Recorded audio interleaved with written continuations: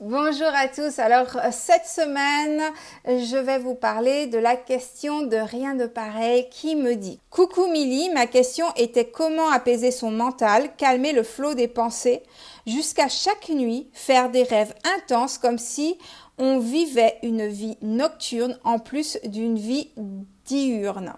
Peut-être que c'est un thème qui pourrait intéresser d'autres personnes. Et je pense que ça va intéresser effectivement d'autres personnes. Donc, première chose à comprendre, c'est que vous n'êtes pas vos pensées. D'accord? Vos pensées ne vous appartiennent pas. À moins que vous décidez de penser quelque chose, ce qui vient automatiquement vient de votre programmation. Mais ça peut aussi venir de la conscience collective, ça peut aussi venir de votre âme, ça peut aussi venir de vos guides. Bref, vous n'êtes pas vos pensées. Les pensées, c'est comme un personnage. Pensez que les pensées, c'est quelqu'un, une entité particulière avec ses propres envies et désirs. Et donc, du coup, parce qu'elle a ses propres envies et désirs, par exemple, si un livre doit sortir sur Terre, elle va passer dans plusieurs esprits et la personne qui aura saisi et surtout la personne qui sera passée à l'action, c'est la personne qui va récolter les lauriers. Mais est-ce que vraiment c'était sa pensée? Non, pas du tout.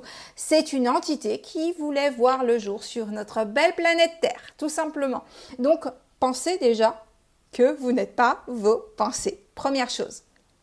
Ensuite, du coup, qu'est-ce que vous pouvez faire? Vous pouvez les choisir, vos pensées. Vous n'êtes pas obligé de subir les pensées qui vous viennent. Donc, quand une pensée vous vient, vous décidez si vous voulez la garder ou si vous voulez la laisser partir. Maintenant, quant au fait qu'il y en a beaucoup, c'est faire de la méditation. Et je sais, ça, c'est quelque chose que beaucoup de personnes ne veulent pas entendre. Mais la méditation, c'est la solution. Et quand je dis méditation, je n'entends pas forcément le fait d'être en tailleur et d'essayer de faire le vide dans sa tête. La méditation, c'est tout simplement, comment je peux vous dire ça? C'est être présent dans l'ici et maintenant avec ce qui est. Vous êtes en train de faire la vaisselle. Si vous voulez être de plus en plus présente avec, par exemple, votre vaisselle, au moment où vous lavez vos assiettes, vous dites « Je suis en train de laver une assiette. Je sens la chaleur de l'eau couler sur mes mains. » Vous pouvez vraiment faire cet exercice-là, dire à haute voix ce que vous êtes en train de faire, ce que vous êtes en train de vivre. Bien sûr, faites-le quand il n'y a personne autour, pour qu'on ne vous prenne pas pour une personne cinglée, qu'on soit bien d'accord. Mais de faire ça, en fait, ça vous ramène l'esprit dans le présent. Ça vous empêche d'avoir ce que l'on appelle en anglais the monkey mind, donc l'esprit singe. Je ne sais pas comment trop traduire ça en français, mais voilà, le truc qui saute un petit peu partout, qui va de droite à gauche. Donc en fait, de dire par exemple ces choses-là à haute voix, ça vous ramène dans le présent. Sinon, en méditant, c'est justement observer les pensées et les voir comme des nuages ou comme peu importe ce que vous voulez voir, mais quelque chose que vous ne retenez pas. Donc en gros, vous ne prêtez pas de jugement sur les pensées. Vous les voyez, vous les regardez, vous dites « Oh, t'es là, ok, je prends note, je prends note, je prends note. » Et vous attendez la prochaine pensée. En fait, vous attendez tout le temps la prochaine pensée. Vous allez voir qu'à un moment donné, le flux des pensées va se réduire énormément et vous serez de plus en plus présent. Bien sûr, c'est de la pratique, ça n'arrive pas en un claquement de doigts. Alors maintenant, en ce qui concerne la nuit et les rêves, mais vous êtes totalement vivant durant vos nuits, vous ne dormez pas, c'est votre corps physique qui dort. Donc plus vous avez justement de la clairvoyance et vos sens, votre conscience est élevée, plus vous vous rappelez de ce qui se passe durant la nuit et plus c'est intense parce que vous avez une vraie vie durant la nuit. Donc comment calmer le jeu? C'est de dire que vous êtes fatigué et épuisé physiquement et que vous aimeriez que ça soit réduit en intensité. Donc c'est faire la demande et avoir la foi que ça va le faire parce que en fait vous avez toujours la maîtrise de votre être et de votre corps physique. Donc vous pouvez demander à ce que votre cerveau soit débranché de ce que vous faites durant la nuit et donc du coup vous pourrez en fait votre corps physique va se reposer, mais en fait vous allez toujours pas vous reposer, je vous rassure. Vous allez continuer vos aventures durant vos nuits. Donc voilà. Donc c'est une façon de faire.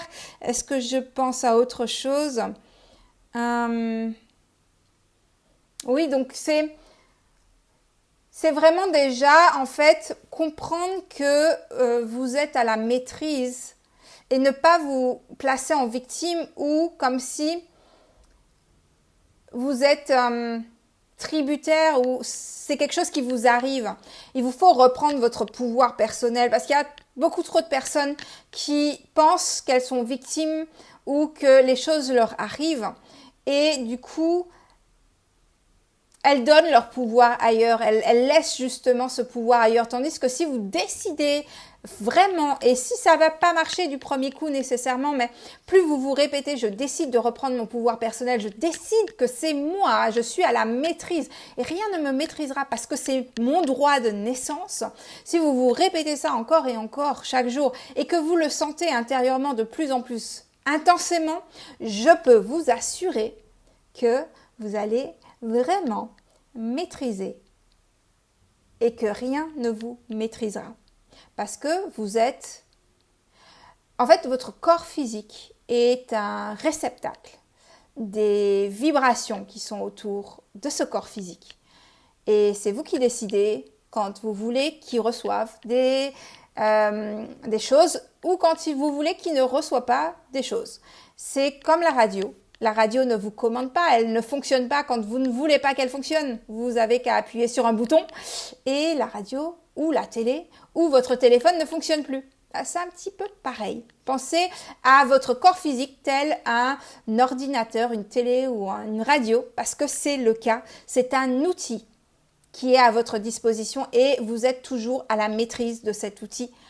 Mais il vous faut reprendre ce pouvoir, il vous faut accepter que vous avez ce pouvoir en vous. Déjà, je pense que c'est ça le plus difficile, accepter que vous avez ce pouvoir en vous.